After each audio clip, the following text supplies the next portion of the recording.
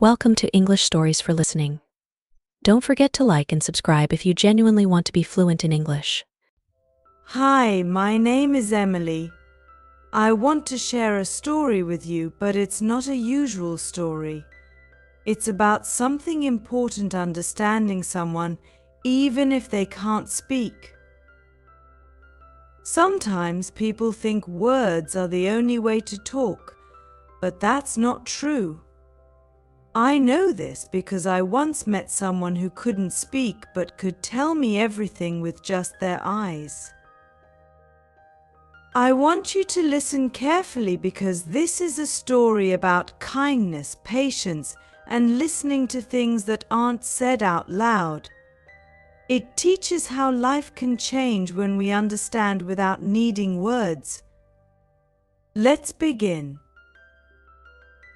It was a sunny afternoon when I first saw her. She sat quietly on a wooden bench in the park, looking at the flowers as if they were the most amazing thing in the world.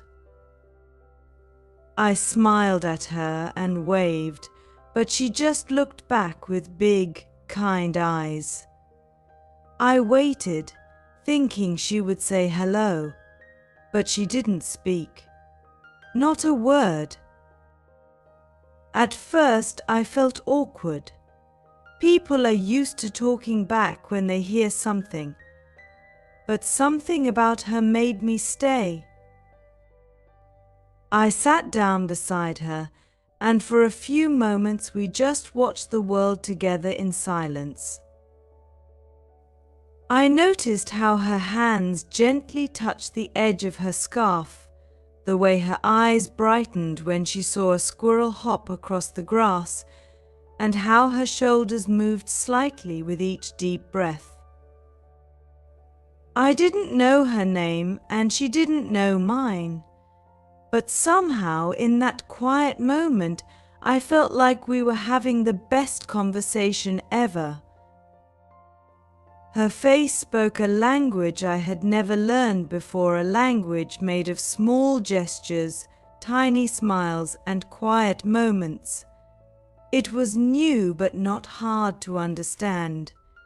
It felt like reading a book without words, and I found myself wanting to learn more about her story. Days passed, and I saw her in the park again.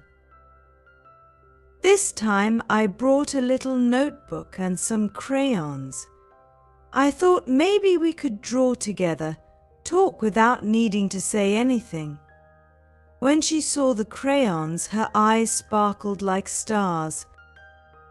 She drew a picture of a bird sitting on a tree, free and happy. I drew a sun beside it, smiling down on the bird. We both smiled. No words, just colors and shapes that told stories in ways words never could. In life, not everyone can speak the way we expect. Some people may be too shy, some may have lost their voice, and some may not speak our language. But that doesn't mean they have nothing to say. It's just that we have to listen with more than our ears. We need to watch, feel, and understand. Understanding without speaking can help in so many ways. It teaches us patience, helps us grow closer to people who are different from us, and shows us that not every important thing in life can be said with words. Some feelings are too big for words. Every time I met her after that, we shared stories without talking. We talked with our hands, our drawings, and our smiles. And it made me realize something very beautiful: communication isn't just about talking. It's about understanding. This is a story that keeps growing.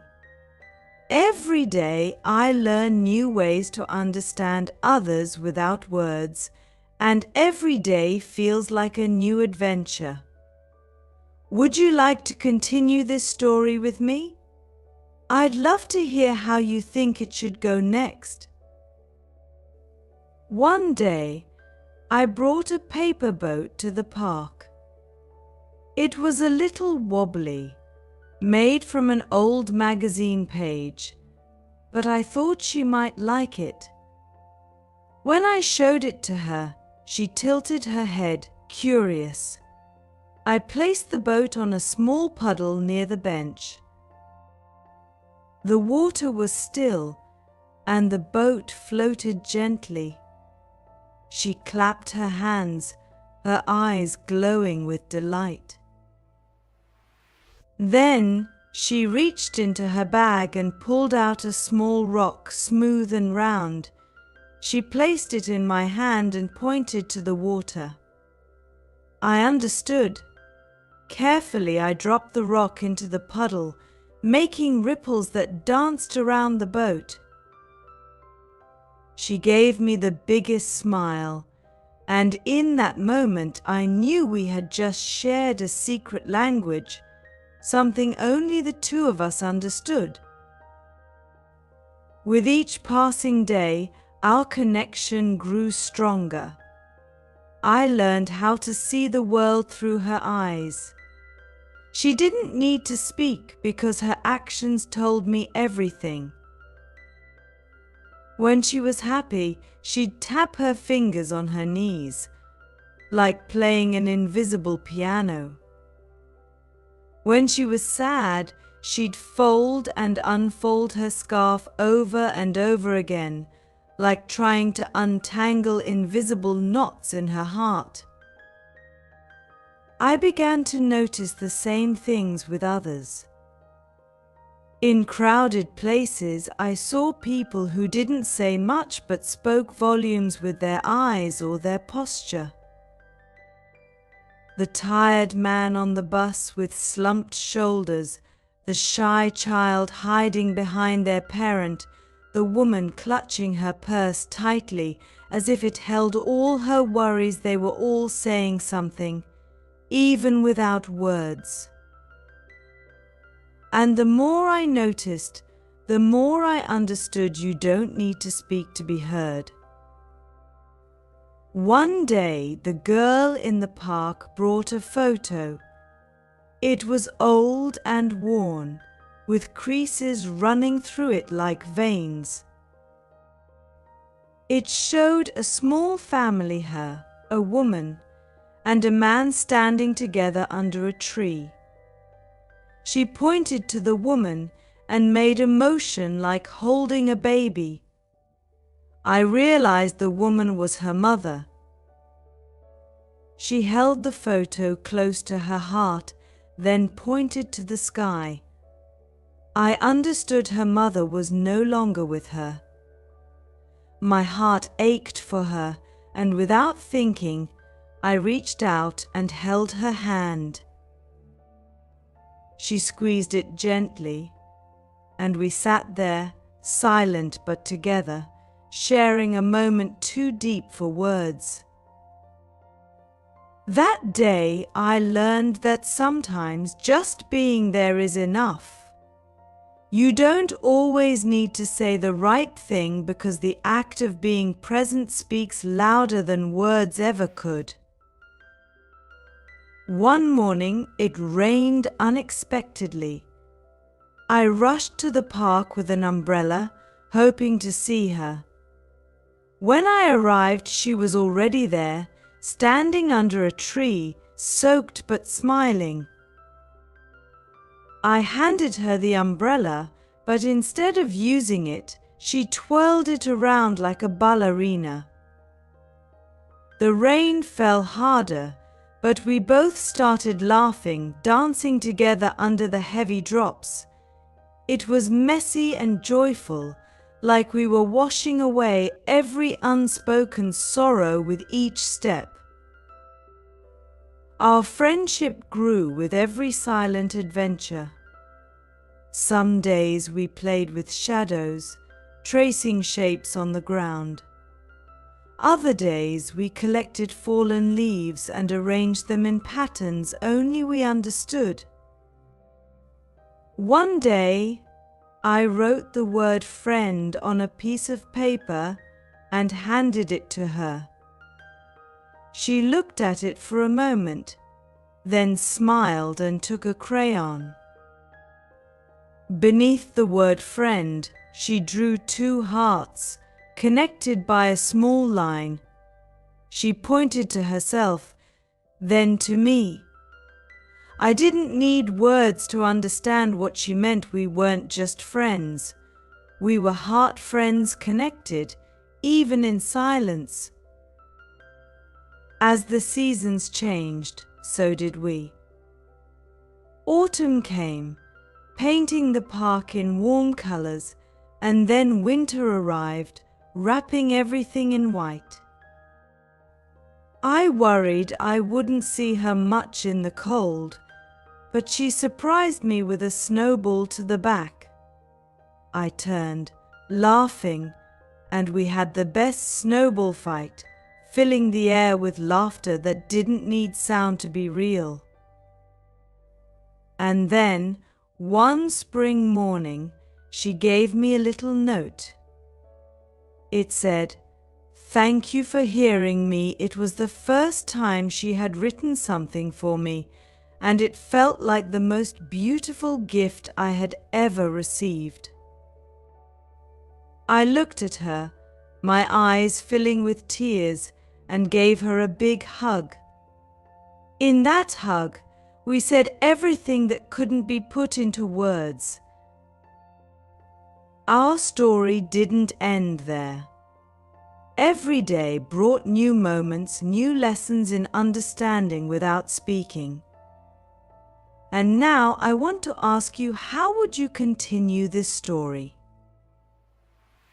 There are so many people out there waiting to be heard without saying a word. What would you do if you met someone like her? How would you listen? Let's keep this story going together. The days went by like pages turning in a storybook, each moment more precious than the last. One afternoon, I brought two small wind chimes to the park. I thought it would be a fun gift, something we could hang in the trees and let the wind carry our unspoken thoughts. She looked at them with wonder and pointed to a nearby tree. Together we hung the chimes on the lowest branch. When the breeze came, they danced and sang a soft, tinkling tune. She closed her eyes and listened, smiling as if she could hear words in the music. I stood beside her, feeling the same. It was strange how sound, in this quiet way, became another form of silence. The chimes reminded me that not all communication needs to be loud sometimes. A whisper from the wind says more than 1,000 words. Then, something unexpected happened. A boy from a nearby bench noticed the chimes and came over. He didn't say anything at first, just stared at the two of us. She smiled at him, and in her usual gentle way, motioned toward the chimes. The boy gave a small grin and pointed to his own ears, shaking his head. I realized he couldn't hear. For a second, I wondered what would happen next. But then, she did the most amazing thing. She placed her hand on the chimes and let the vibrations travel through her fingertips. The boy hesitated, then reached out and touched the chimes too. His face lit up as he felt the soft buzzing of the metal, and the three of us stood there, connected by something invisible but deeply felt. This moment made me think about how we all experience the world differently. Some people see things others can't. Some people hear things others don't. And some, like her and the boy, find ways to speak through feelings and actions. It wasn't about what we lacked, but what we found ways to connect beyond words or sound. Over time, our little group grew. More people joined us: an old man who had lost his voice, a young woman who spoke through sign language, and even a musician who played the guitar but rarely spoke. The park became a place not just for silence but for connection. It was as if, in our quiet corner, we had created a new language, a language of understanding that welcomed everyone. Each of us found joy in different ways. The musician played soft melodies, and the boy learned to feel the vibrations of the guitar strings. The woman with the sign language taught us how to express emotions with our hands, turning every gesture into a story. And the old man? He taught us that a smile and a nod could mean as much as any sentence. Every meeting felt like magic. Without realizing it, we had created a space where no one felt left out or misunderstood. And in that space we discovered that the world was full of unspoken stories waiting to be heard. One evening, as the sun began to set, she handed me a small notebook.